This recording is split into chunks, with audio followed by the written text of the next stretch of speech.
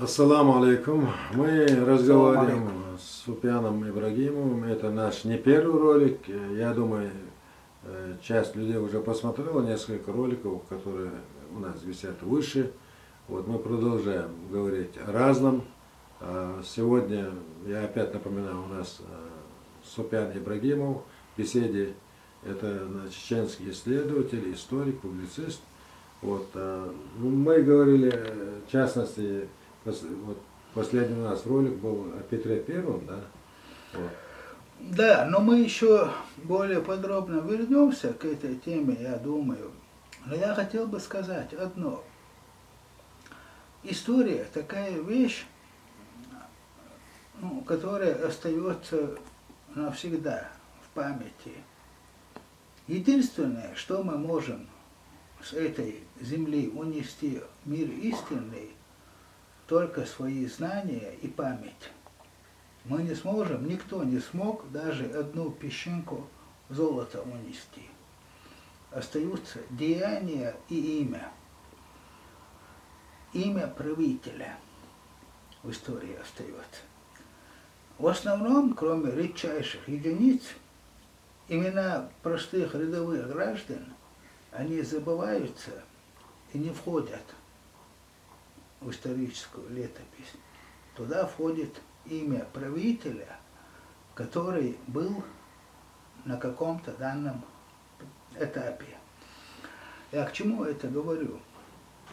Например, вот я утверждаю в своих работах, что Святая Земля, шумеры называли ее земля Кур, земля живых и мертвых, последнее пристанище на земле, земля без возврата.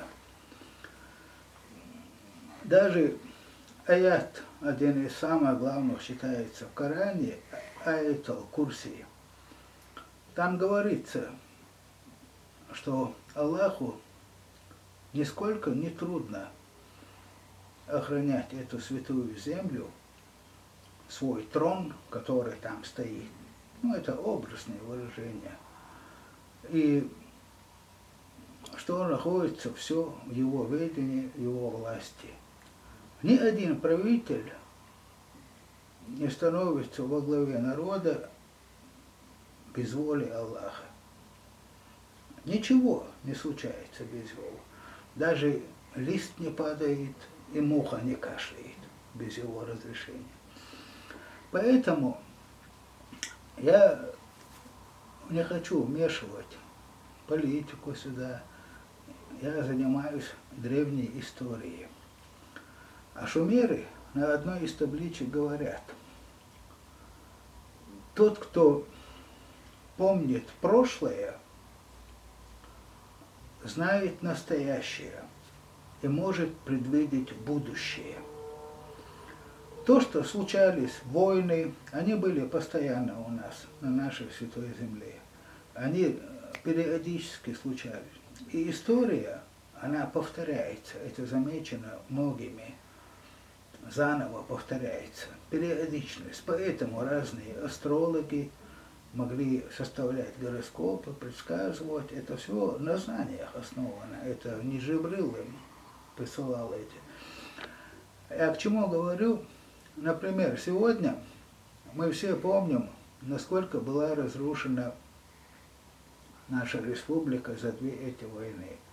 Ее предали по старинному обычаю, предать заклятию называется, когда уничтожается тотальное уничтожение. У нас было именно такое. Это можно отнести к Божьей каре, так сказать? Конечно.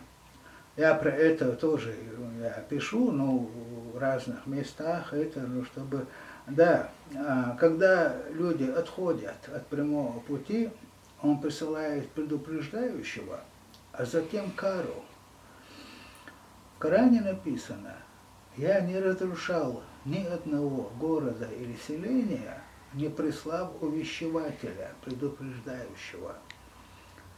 Грозно был разрушен. Сколько сел у нас было дотла разрушено. значит, был и предупреждающий. Если в Коране об этом говорится, что без предупреждающего я этого не делаю. А мы настолько ушли с прямого пути перед войной, что даже не заметили этого предупреждающего. А ведь он же был, если прав Коран. Логично, конечно. Поэтому мы получили эти две войны. И одна из... У войны, как и у всего, что есть в этом мире, есть ось, есть два полюса. Небо, земля. Ан-ин. Ин – пропасть, бездна. В буддийской философии янь-инь называют. Это то же самое. Но есть и положительные моменты в любой войне. Война, конечно, кровь, смерть и грязь. После войны идет возрождение. И оно пришло к нам. И сегодня, как бы кто бы ни относился к нынешнему нашему руководству, руководителю республики, тому же Рамзану Кадырову, мы не говорим о личных обидах, там, мало ли что, для всех хорошим не будешь, о методах, которые, может быть, неприемлемы, что-то там, об ошибках. Это бывает. Бывали и хуже, как говорится. Но в историю мировую его имя войдет. И войдет не как воина, не как тирана, разрушителя, а как созидателя. Потому что то, что за 10 лет, а это ничто, 10 лет, он сделал из полностью разрушенной республики сказку. Вот такого уровня в Европе даже нет. Я живу в Европе. Нигде в мире нет такого частного фонда, как у нас. Неважно, как это построено, но это при нем. Значит, это он построил. Даже если ты ни копейки от него не получил, потому что он несет ответственность перед Аллахом и за хорошее, и за плохое, что в его стране сделал каждый человек. Это на всех правителях лежит эта ответственность. Когда европейцы видят сегодня фотографии, снятые дома, и видят дома, в которых живут родственники, они удивляются. У нас только мультимиллионеры так живут. Что вы тут делаете? Почему вы там не живете? Да, в Европе очень хорошая инфраструктура. Там нигде испачкать обувь. Все подведено, все удобно. Но живут они в халупках, которые 300-400 лет. Чтобы такие дома и такой уровень красоту построить в Европе, ее сперва надо сравнять с землей. Только потом будет. Так что мы сегодня даже круче Европы. Если бы на месте Рамзана Кадырова был бы какой-то умник с 3 высшими образованиями, он до сих пор вывозил бы битый кирпич из разрушенного Грозного, писал бы грамотные отчеты в Москву, отдавал бы откаты, а мы гордились бы, что наш руководитель стал в списке Форбса выше Абрамовича. А сегодня, посмотрите республику, это же сказка. Да, это говорит о том, что Аллах нас не бросает в беде. И Он делает так. Без Его воли, конечно, это невозможно было.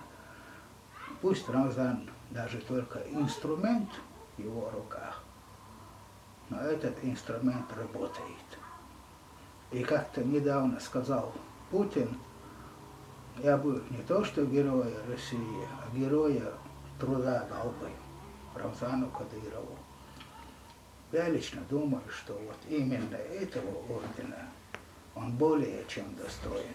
Правде надо смотреть в глаза. А личные обиды и проблемы мы решим на том свете, когда перед судьями станем на истинном суде. Тогда предъявим личные счета ему. Но сегодня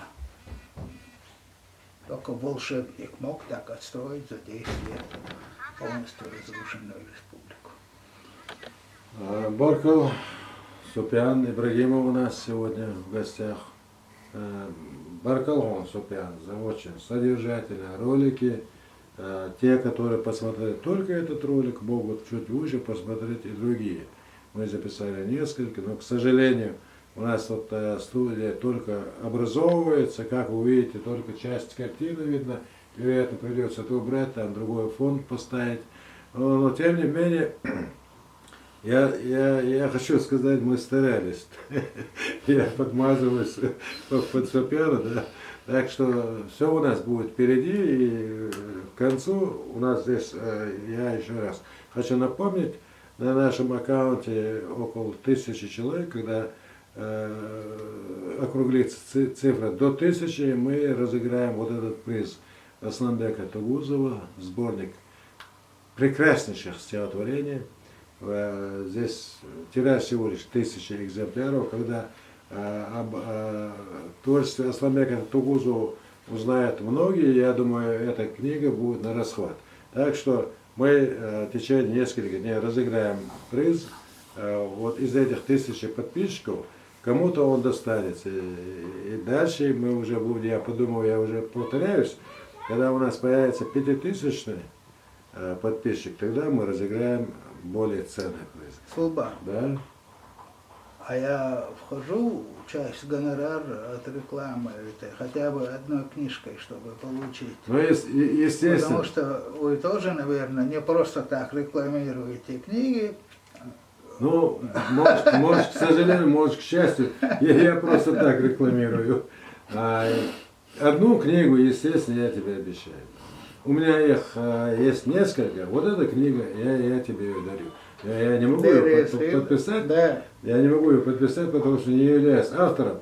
Но мы вот планируем с Асланбеком встретиться, да, и я обязательно попрошу его, чтобы он тебе подписал. Так что еврейская жилка у меня тоже есть. Одну книгу я выудил. Не мытьем, так катанием. Да, очень приятного чтения. Я думаю, книга тебе очень понравится. Потом в следующих роликах я тебе напомню, и хочу узнать твое впечатление. Ну все, новости, друзья, товарищи, подписчики, на этом мы заканчиваем. Адеквал, всего доброго всем.